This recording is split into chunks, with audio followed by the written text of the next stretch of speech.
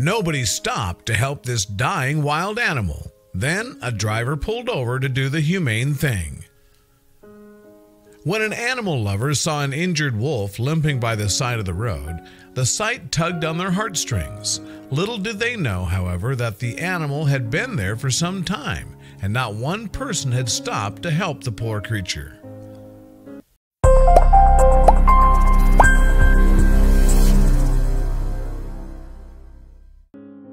Arabian wolves are the smallest variety of wolf in the world, but their petite size helps the animals adapt to the warm climate of the Arabian Peninsula where they're found. And unlike other species, Arabian wolves don't live in big packs. Yet despite their relatively large distribution, the Arabian wolf population is quite small.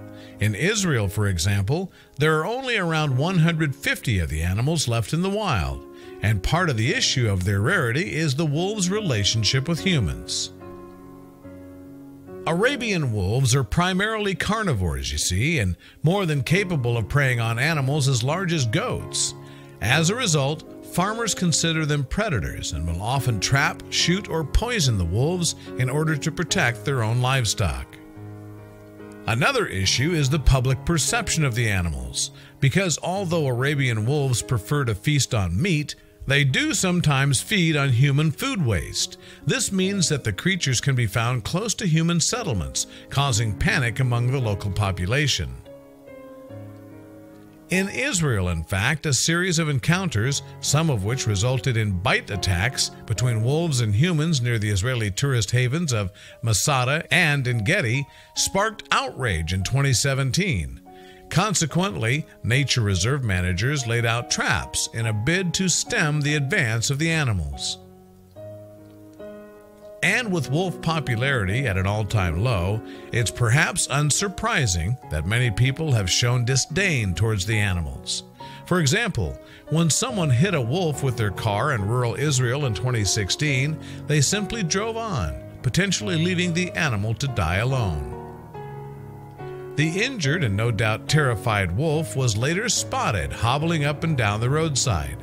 It was clear to his rescuer that the animal was in an immense amount of pain. Thankfully, though, someone took a chance on the injured wolf when they pulled over and decided to help. However, given the state that the wolf was in, the driver likely had no idea if their actions would be in vain. For the driver, though, it seemed that anything was worth a try, so they took the wolf to the Israeli Wildlife Hospital in the city of Ramat Gan, about 25 minutes outside of Tel Aviv. Speaking of the hospital's work to the Times of Israel in 2013, the manager at the time, Ronnie, explained, "If it's wild, we accept it. Doesn't matter if it's a snake or a weasel, a deer or a hyena." With that in mind, it seemed that the injured wolf was taken to the best possible place. And after he arrived at the hospital, staff named him O'Leal and got to work on his treatment. Consequently, vets sedated O'Leal in preparation for his procedure. And once the animal was knocked out, staff carefully put his leg back together. Even though the surgery went to plan, the wolf was not out of the woods.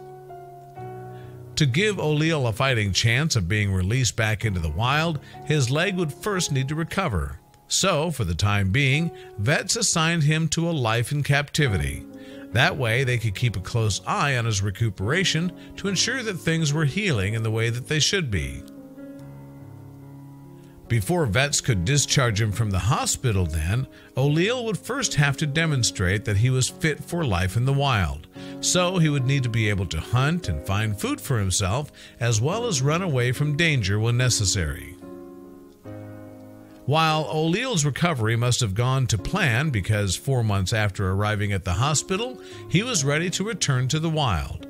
The wolf still had one obstacle to overcome: the car journey to his release spot. In order to deliver him to his new life, hospital staff loaded O'Leal into a crate and stowed him on a truck. And given his ordeal, the sounds of the vehicle could have brought back some traumatic memories for the wolf. When O'Leal and those caring for him arrived at their intended destination, vets opened up the crate and waited for the wolf to emerge. For a few moments, however, it appeared that the animal was too scared to move.